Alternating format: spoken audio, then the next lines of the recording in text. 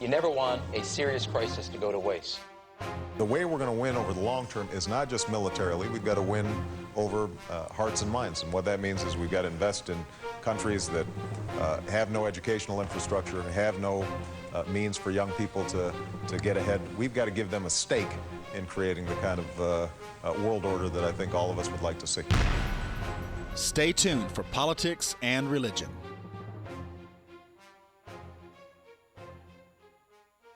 Well, here's a prophetic story for you. Russia's first Persian Gulf naval presence coordinated with Tehran. You all know probably that in the Bible there's a prophecy that Russia and Tehran, Russia and the nation of Iran, will invade Israel at the time of Armageddon. Russia and Iran have for a long time now been together. Russia is selling the fuel to Iran in order to create their nuclear capability. Now, Russia, of course, contends that all of this is totally and purposefully domestic use only. At the same time, we have this prophecy in Ezekiel 38. Russia's called Meshech there. If you look up Meshech in a good dictionary, you'll find that it says it's the root word for Muscovy or Moscow. And Iran is called Persia. Of course, Persia was the name of Iran until about 60 or 70 years ago now. So here we have this prophecy that both of these powers will invade Israel at the time of Armageddon. Not only will they invade Israel, but they will invade Israel at the head of a United Nations peacekeeping force, because Zechariah 14:2 tells us that all nations shall come against Jerusalem to battle at the Battle of Armageddon. But to see that Russia is going to be in the Persian Gulf for the first time, and this is being coordinated with Iran or Persia, the exact two powers prophesied to take the lead against Israel at Armageddon, the stage is already being set. Now, we will ignore these things to our own peril, because when we see these prophecies come to pass, it's not coincidence. It tells us something. These prophecies are put in the Bible for you, for me, so that we can understand where we're living. Jesus said, I tell you these things before they happen, so that when they come to pass, you might believe.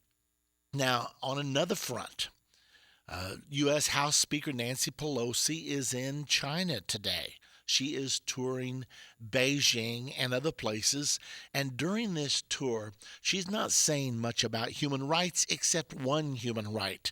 Pelosi linked global warming to environmental justice, saying the right to a clean environment is also a human right.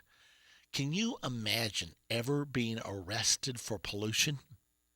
I mean, if the right to a clean environment is a human right, then if you pollute the environment, is there a possibility that that could be a crime against humanity? If it's a human right and you pollute the environment, that could be a crime against humanity.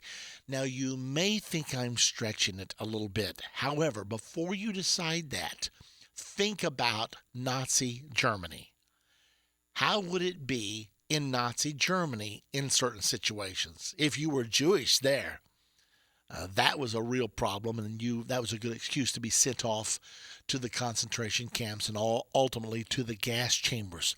What we're looking at here are people who believe they are the wise men of the universe. They believe they know how things ought to be, and they intend to force that upon you and me, whether we want it or whether we don't. See, they'll never do that. Okay, they already have. Let me just sort of come out of the closet here. Do you remember when there used to be no seat belts in the cars? And then the law said there should be seat belts. Okay, no problem. But then the law said you have to fasten your seat belt.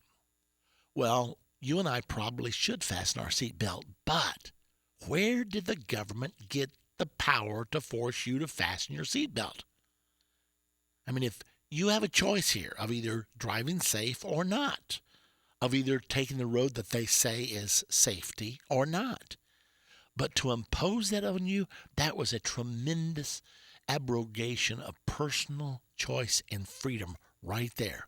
Now, like I said, it's probably the right thing for you to fasten your seatbelt, but it's the wrong thing for government to start intruding into your life and telling you what to do. I gotta say that again. It's the wrong thing for the government to start telling you what to do, because when that happens, freedom is taken away.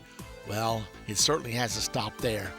Now then, it's on and on. Where you can do certain things in your home, what you can talk about. I mean, we're watching right now the constriction of personal liberty, and it's all being done in the name of human rights. Can you believe it? We are in a battle for the